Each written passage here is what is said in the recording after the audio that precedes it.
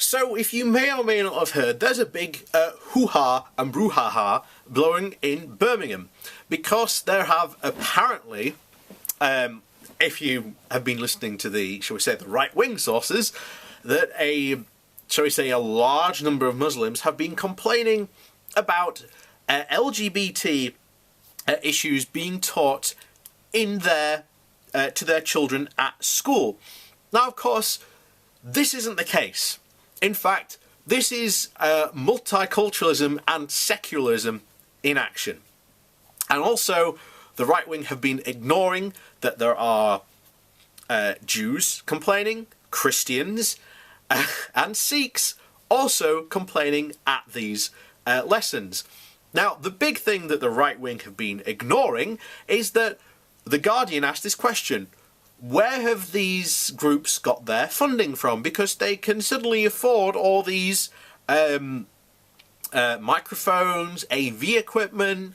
Where have they got their funding from? Turns out their funding came from a right-wing Christian group in America. And it gets even worse, because one of the things is that these the parents of these children are being fed lies. Complete lies about what their children are actually being taught. And you'd think that, these apparently rational people, these enlightened centrists, would be willing to go out, talk and engage these people on the fact that they're being lied to and being manipulated by far-right Christian groups in America. Of course, no, they're nowhere to be seen. So it's left to Nazir Afzal, I think that's how you say it. Again, I'm terrible with names. You know this by now if you've watched my channel. And if you remember, we've covered him before. He was one of the people who helped to prosecute the people involved in the Rotherham grooming gang scandal. And he has come forward to confront the lies that these parents are being told. So here we go. This is the transcript from the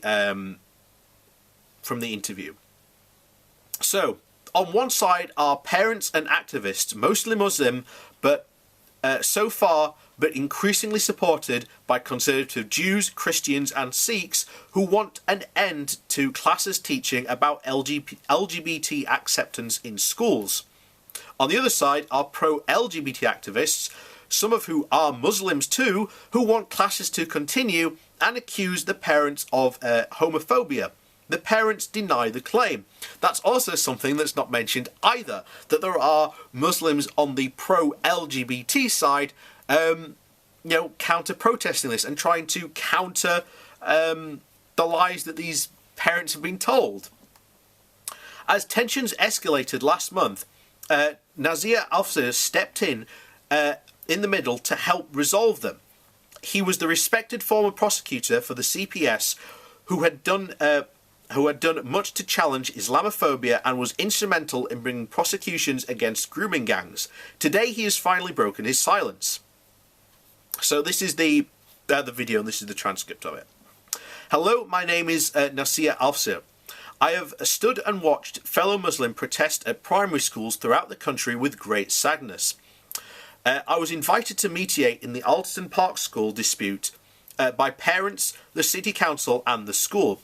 Up to now, I have said nothing publicly because it was important for me to try to discuss this without those involved. However, it's time for me to say something. I met with parents and those supporting them and informed them that this was a dispute based on a misunderstanding. Some of the deliberate, but all of it flexible. That when I watched some people on both sides try to hijack the dispute for their own ends. I am, however, convinced by those manipulating the parents. I am, however, concerned by those manipulating the parents in this matter. I have seen them walking around with materials and documents which they have pulled off the internet, and which they are wrongly and maliciously say the school is teaching. I have examined the curriculum myself, and there is no specific LGBT content, no reference to gay sex, none at all. There is a reference, as there should be, to equality. When I met with the parents, my attention was drawn to 2 books. That's all. One involving 2 male penguins and an egg, which one parent says was forcing LGBT down our children's throats. I disagree, but nevertheless, that's what she feels.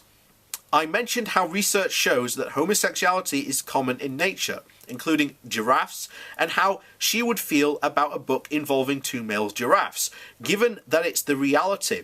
And she said they have small brains. Well, that's the ignorance that feeds homophobia. The other book was about 2 boys who chose to dress up as princesses. That's it, nothing else.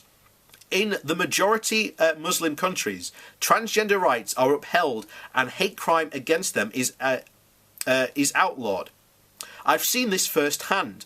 On both occasions, when the book is given to a child, it is qualified with this message. Some people may not agree with this, even though it is permitted by law of the land. But it's best you discuss this with your parents to find out what they think. I cannot fault the school for their approach. It involves the parents in their child's education. It tries to deal with the conflict the protected characteristic of belief and the protected characteristic of sexual orientation. Until the government mandates something, we are going to have to do this on a case-by-case basis, but I cannot think of a better way to do that than the school has chosen to do it. I'd go further and say that the head teacher has offered to go through the books that she purchased with the parents to agree at what age the child should be given each book, together with the continued practice of advising the children to discuss their books with their parent. This is the way out of this mess. If need be, I will sit with those parents to go through this exercise, but it is best done with the school. Let me be clear, no book is going to be banned. This school is a high-performing, high-quality, hugely successful place, with staff who truly care about their pupils. Finally, it's appalling that grown men, and it's mostly men, hanging around schools shouting and screaming. We abide by the laws of the countries we are in. This must stop now. As we rise up against hate in all its forms, including anti-Semitism and Islamophobia, anti-Muslim hatred, we cannot and must not pick and choose what victims of hatred should be protected. It's all or nothing. Nobody can fight for true equality by having some people think that more people are equal than others. And that's true. And I completely agree with him that these parents are being led astray by people who are trying to push a very anti-LGBT agenda. And as far as I'm concerned, teaching children about equality is a good thing. Because if you teach children about equality, they're not going to grow up with these prejudices. Then this will be a good thing for society as a whole. And as he said again, I praise the school, that the school is trying to take an active role in getting the parents involved in their children's education, as it should be. Once again, the right is framing this to try and pass off an agenda. But that agenda is completely wrong, and I'm sorry, but there's a racist element to it. There's no way you can cut it, because they don't mention the Jews, the Sikhs, the Hindus, and the Christians will also come out against this, who have also been led astray by far-right Christian groups in America who are trying to push their agenda onto these schools.